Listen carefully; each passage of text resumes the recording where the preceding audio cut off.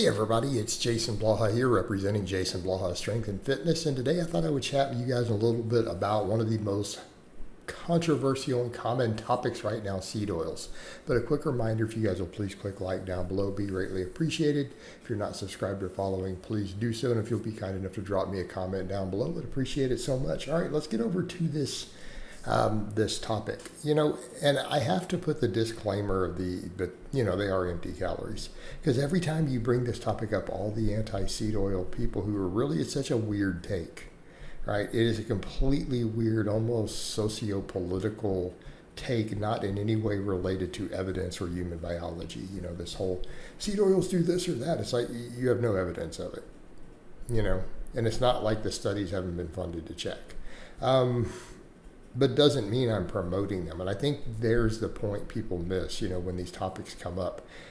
It's like someone getting up, and to give an example for context where people say I'm promoting it per se without discussing the negatives. It would be like someone getting up and saying rat poison causes allergic reactions. And you're like, well, no, there's no evidence. And you go, you can't find a single study anywhere of any human being allergic to rat poison, not a single diagnosed case, and then telling people they're basically being stupid. They're making up nonsense. It doesn't mean you're telling people to eat rat poison. You're just telling them you're not going to have an allergic reaction, probably to the rat poison if there's never been a single documented case anywhere in the world. And they're like, well, my friend ate it and died. Like, okay, but that's not an allergic reaction. He was poisoned to death. To understand the difference, having a negative reaction to something doesn't make it inflammatory. Because you get this, and bring this up with seed oil, and people say, well, it gave me diarrhea. To me, that sounds like inflammation. Like, that is objectively not inflammation. That's called diarrhea. Squirting liquid poop out of your backside is not inflammation. It's very unpleasant. It's not good. It's a pretty bad effect. It's a pretty bad side effect. I think we all agree. It's not desirable. It's not something we want. I would say, hey, you probably should be very leery of the food that gave you explosive diarrhea. But it didn't cause inflammation. That's not inflammation. Makes sense? So can people grasp that? I mean, the same thing. It's just like saying, well, I don't want to accidentally cut my leg off because it might cause some inflammation. Like, it's not really the concern. So quit using inflammation in this manner because it's ignorant. And the problem is, here's where it's a problem. And then I'm going to get into the real issue with the seed oils. The people who are often anti-seed oil want to replace it with things for the same garbage. Like they're still eating the same garbage type foods, right? They want to replace it with foods that do cause inflammation. Okay. So this is why this is such a mind-numbing conversation that people have. They want to take the seed oil, which, believe me, I'm not telling you to eat it. It can contribute to obesity real quickly if you're not careful, right? Especially because think of the foods that it's added to and what's done with it. You're adding empty, hyperpalatable fat calories. This is not a good thing if you don't want to be fat, okay? And we can all agree obesity is a number one killer in the West, okay? But the problem is people then and they use the inflammation excuse. Well, it doesn't cause inflammation. Let's just be honest. Not only do you not have evidence, we have evidence of the exact opposite. Actually seems to, in most cases, slightly reduce it. Okay? I mean, it makes sense biologically. It's polyunsaturated fats. They have a great track record of doing this repeatedly over and over and over and over and over in humans. Not rats, by the way, but humans.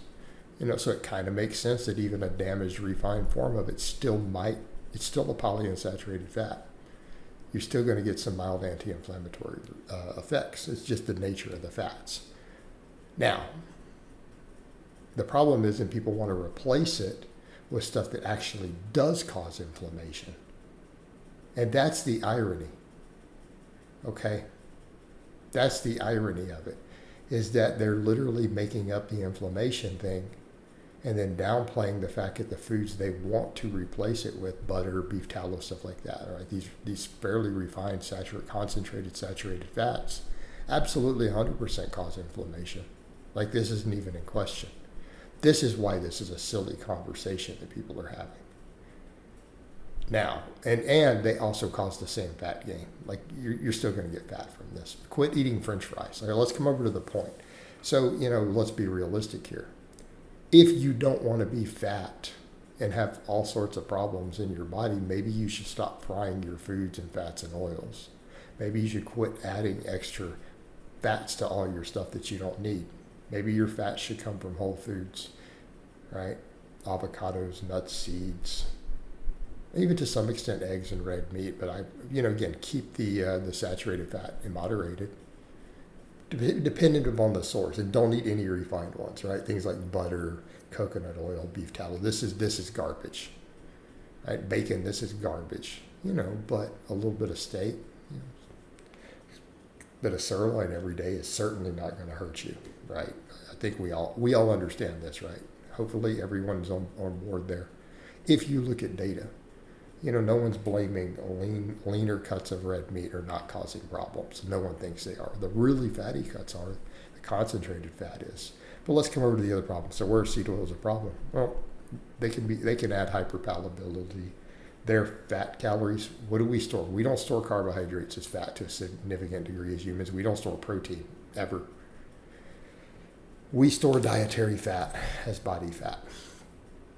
Seed oils are adding potential hyperpalatable fat calories, and particularly the way they're cooked in. Think about the foods they're mixed with. It's not even the seed oils directly, it's the fact that they're adding extra fat calories to hyperpalatable foods or making them more hyperpalatable. I mean, French fries, my God, how easy is it to overeat? That's extremely hyperpalatable. And I don't care whether you're frying it in beef tallow or seed oil. That is some fattening, crazy fattening food. You're going to overeat it. It's loaded full of fat calories, and all the fat's in liquid form. So it's, again, just super calorie dense, easy to overeat. All these, so what else are they eating? All the seed oils too, all these refined foods, all this garbage on the shelf, all these pastries, cakes, all this nonsense, this garbage you shouldn't be eating. You're adding extra fat calories, generally with refined carbohydrate sources. That's a really bad combination. Okay? Right? Let's step back. Adding fats, and I don't care whether it's seed oils, butter, all this nonsense. You are adding additional fat calories to refined carbohydrates and refined sugar. That is an absolute recipe for disaster. That is a recipe for let's get fat, let's get cancer, diabetes, and heart attacks, right? That's how you get there. That's how you achieve it. If you want to reach those goals, that's the sort of foods you would want to eat. You want to make them available to everybody. So the problem is not even the seed oils themselves. It's the fact that they are adding palatability and extra fat calories to a bunch of refined carbs. Well, this is an issue, and all the other animal fats are going to do the same thing if you add them.